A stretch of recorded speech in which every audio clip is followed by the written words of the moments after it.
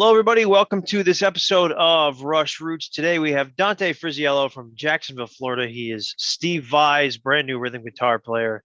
You may have seen him on the Mission Rush Roundtable episode. We're happy to have you, and we're about to hear your Rush Roots. So, Jim, go ahead. All right. Well, Dante, why don't you tell us how you heard about Rush, what got you into them, and what keeps you around?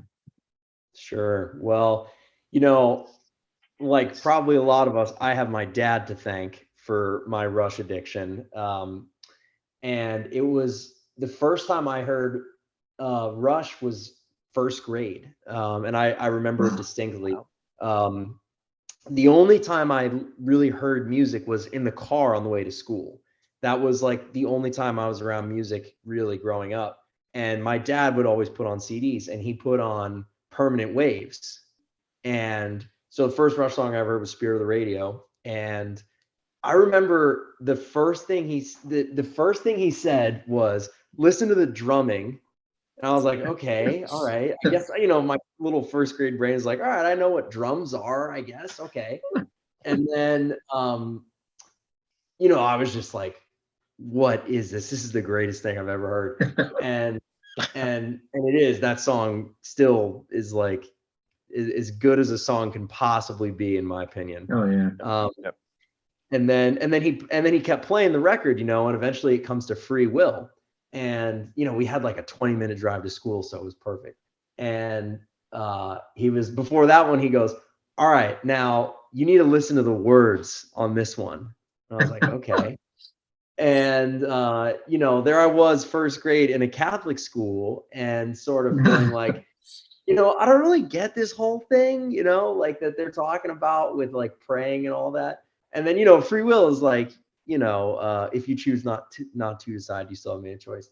And so even when I was in first grade, the lyrics of that resonated with me as sort of, being in my own world and being different from, not even from other people, just from like what you're expected to be or whatever,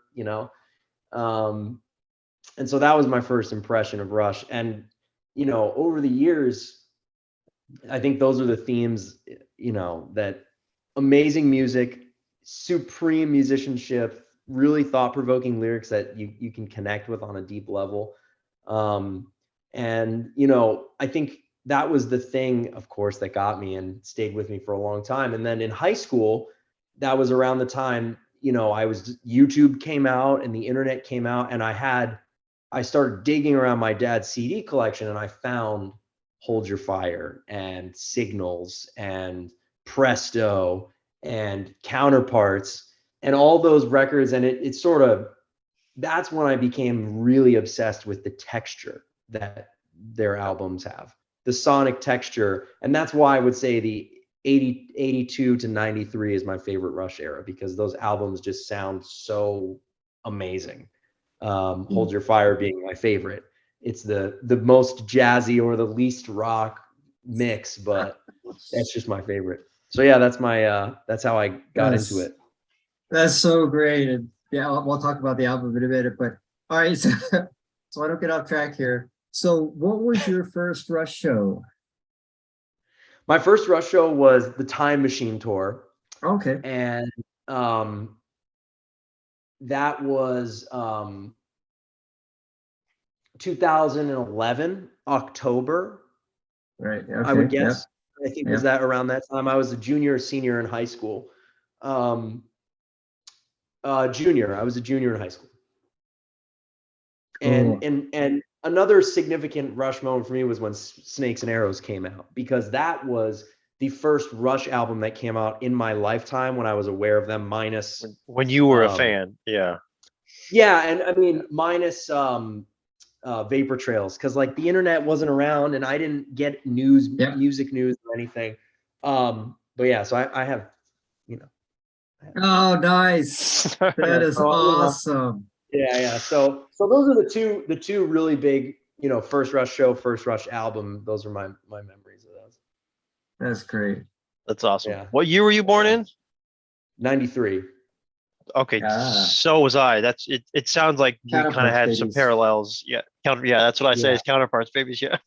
Yeah, All right. I, So yeah, go ahead. I was just gonna say the first Rush news source that I discovered was that blog Rush is a band.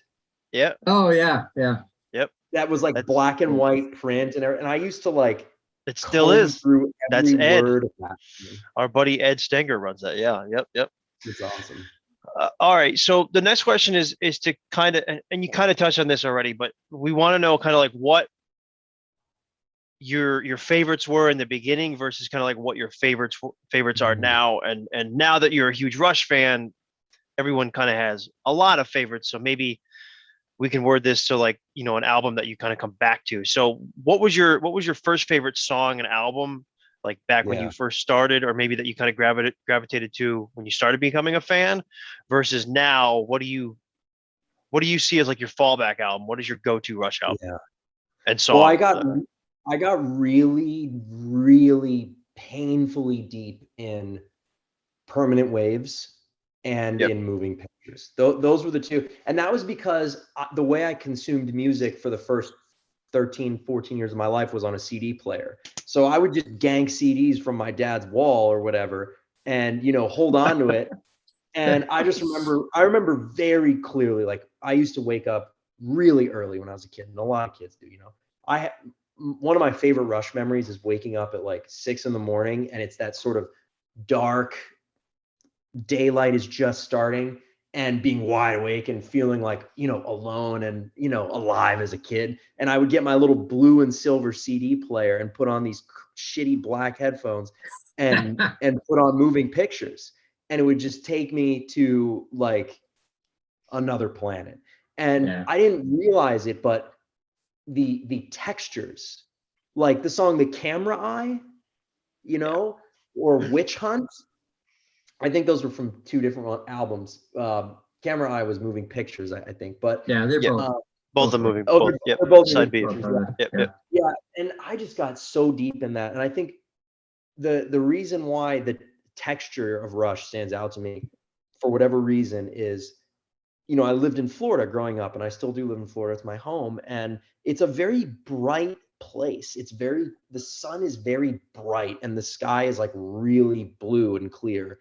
And something about the textures of the guitar tones, like, just took me to another world. And then that shit started to connect with the music when I found Signals, because there's songs like The Analog Kid, Yep. and Chemistry, which have that big, like sky grabbing, texture to them with the synths and everything.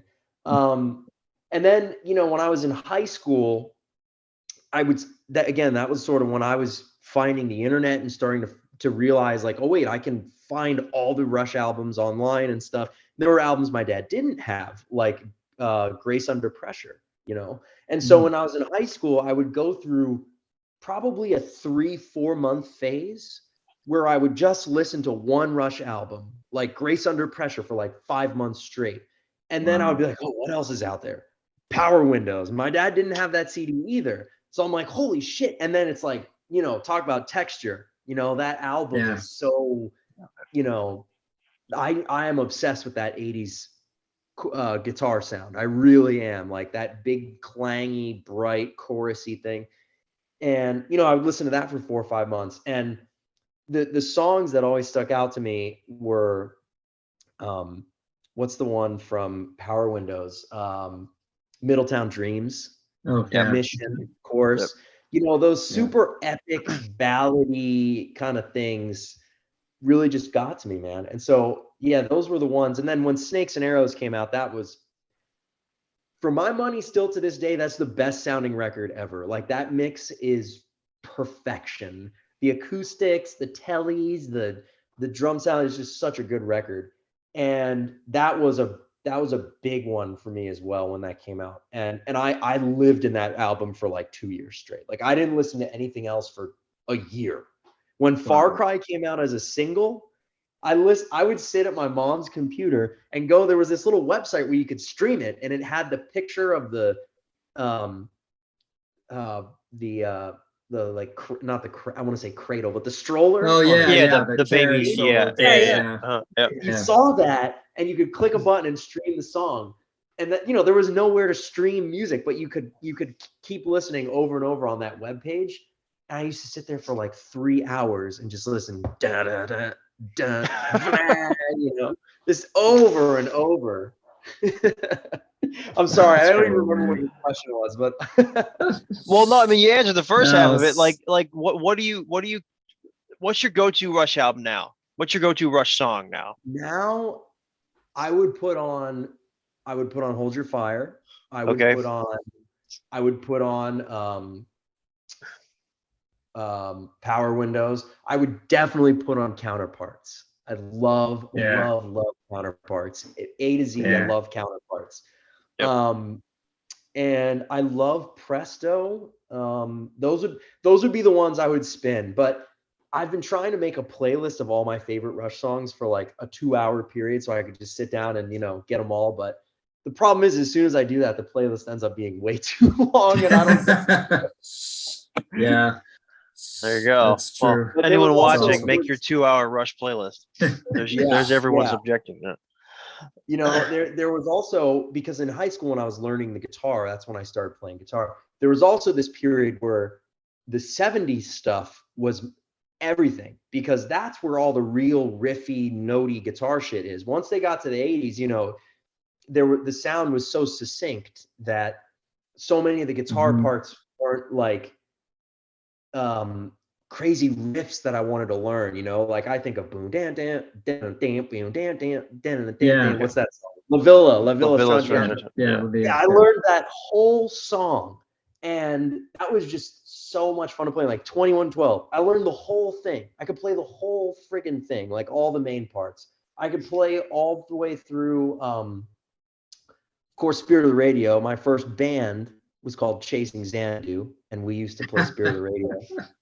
Cool. Xanadu, that's another one. Those epic ones. So I sort of had yeah. different periods with each one. But if I was going to listen now, I would listen to mid 80s, early 90s. Gotcha. All right. Plug your band. Your band that not everyone knows Steve Vai, right? Obviously, but plug your band. Yeah, sure. So my band is called Fly in Formation, 3 words. We have a record out called Physical Architecture. And we're working on a second album this year, which hopefully, the first album, it's very, very classic, like Alex Lifeson meets Steve Vai, which has always kind of been like my guitar goal for my sound. And the first album really sounds like that. And we're sort of evolving into a new direction that I think is going to hopefully upset and inspire people all at the same time. Introducing some different genres and things. But yeah, so that's what we do, and you can check that out anywhere on social media, Spotify, all that. It's good stuff. That's exactly what I said to you when I first listened to it. I said, "This is Rush meets Steve Vai." What you did, so it's Thanks, awesome, man. I remember that. That was the first message you sent me. One of the first messages. So are you on Bandcamp? Yes, okay. On Bandcamp. Yeah. I found it on Bandcamp. Okay. Cool. It's good stuff. Well, check it out. If you're a viewer watching this, and you want to share your own Rush roots, just shoot us an email, rushfans@rushfans.net. Very simple email, and we'll have you on so that you can share your story. So, Dante, thanks for coming on. Enjoy touring with Steve Vai in Europe, right? Upcoming, just announced. Yes. Oh wow. Going to Europe in March for 8 weeks. Nice. So if you're in Europe, go check out Dante with Steve Vai, and we'll wrap there. Thanks for watching this episode of Rush Roots, everybody. Take care. Peace.